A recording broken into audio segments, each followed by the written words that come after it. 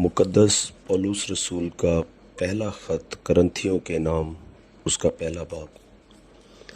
पौलुस की तरफ से जो खुदा की मर्ज़ी से यीशु मसीह का रसूल होने के लिए बुलाया गया, और भाई सोस्थेनेस की तरफ से खुदा की उस कलीसिया के नाम जो करंथुस में है, यानी उनके नाम जो मसीह यीशु में पाक किए गए और मुक़द्दस लोग होने के लिए बुलाए गए हैं, और उन सब के नाम भी जो हर जगह हमारे और अपने खुदावंद यीशु मसीह का नाम लेते हैं।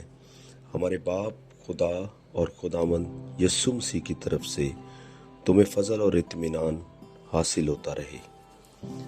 मैं तुम्हारे बारे में खुदा के उस फजल के बायस जो मसीह यीशु में तुम पर हुआ, हमेशा अपने खुदा का शुक्र करता हूँ कि तुम उसमें होकर सब बातों में कलाम और इल्म की हर तरह की दौलत से दौलतमंद हो गए हो, चुनाचे मसीह की गवाही तुम में कायम हुई, यहाँ तक कि तुम किसी नेमत में कम नहीं और हमारे खुदावंद यीशु मसीह के ज़हूर के मुंतज़र हो, जो तुमको आखिर तक कायम भी रखेगा, ताकि तुम हमारे खुदावंद यीशु मसीह के दिन बेइल्ज़ाम ठहरो।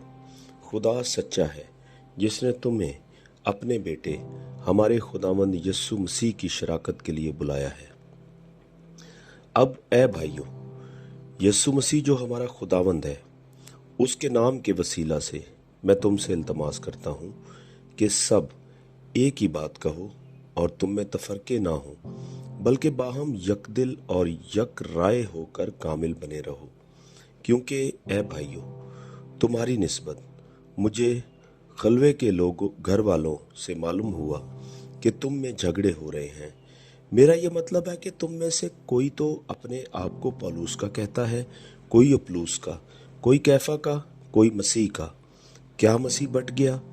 क्या पौलुस तुम्हारी खातिर मसलूब हुआ, या तुमने पौलुस के नाम पर बपतिस्मा लिया? खुदा का शुक्र करता हूँ कि क्रिस्पुस और गयुस के सिवा मैंने तुम में से किसी को बपतिस्मा नहीं दिया, ताकि कोई ये ना कहे कि तुमने मेरे नाम पर बपतिस्मा लिया।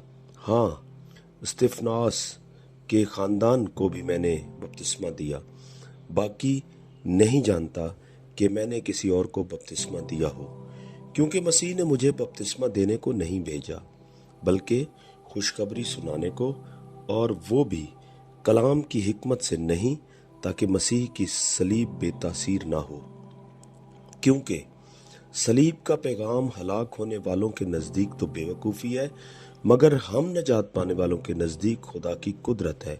क्योंकि लिखा है कि मैं हकीमों की हिकमत को नेस्त और अक्लमंदों की अकल को रद्द करूँगा। कहाँ का हकीम, कहाँ का फ़कीह, कहाँ का इस जहान का बहस करने वाला? क्या खुदा ने दुनिया की हिकमत को बेवकूफ़ी नहीं ठहराया?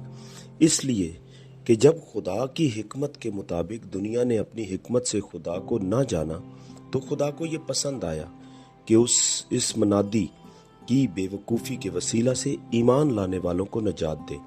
चुनाचे यहूदी निशान चाहते हैं और यूनानी हिकमत तलाश करते हैं, मगर हम उस मसीह मसलूब की मनादी करते हैं जो यहूदियों के नज़दीक ठोकर और गैर कौमों के नज़दीक बेवकूफ़ी है।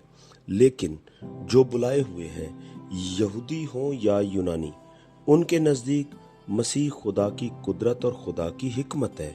क्योंकि खुदा की बेवकूफ़ी आदमियों की हिकमत से ज़्यादा हिकमत वाली है, और खुदा की कमज़ोरी आदमियों के ज़ोर से ज़्यादा ज़ोरावर है।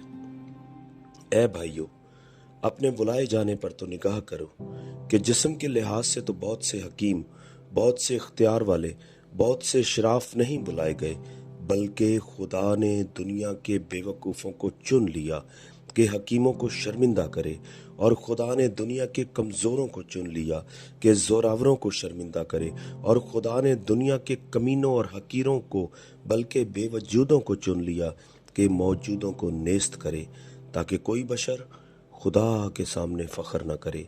लेकिन तुम उसकी तरफ से मसीह यीशु में हो, जो हमारे लिए खुदा की तरफ से हिकमत ठहरा, यानी रास्तबाजी और पाकीज़गी और मुखलसी, ताकि जैसा लिखा है वैसा ही हो कि जो फ़ख्र करे वो खुदावंद पर करे। आमीन।